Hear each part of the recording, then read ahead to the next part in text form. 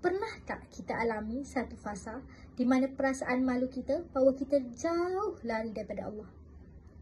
Malu nak pegang Quran, malu nak solat, malu nak pakai tudung labuh kerana takut dikatakan baca alim.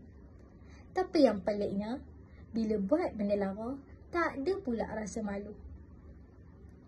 Nabi Muhammad SAW pernah bersabda dalam hadis Sahih Bukhari, "Idza lam tastahi fasna' ma syi'ta."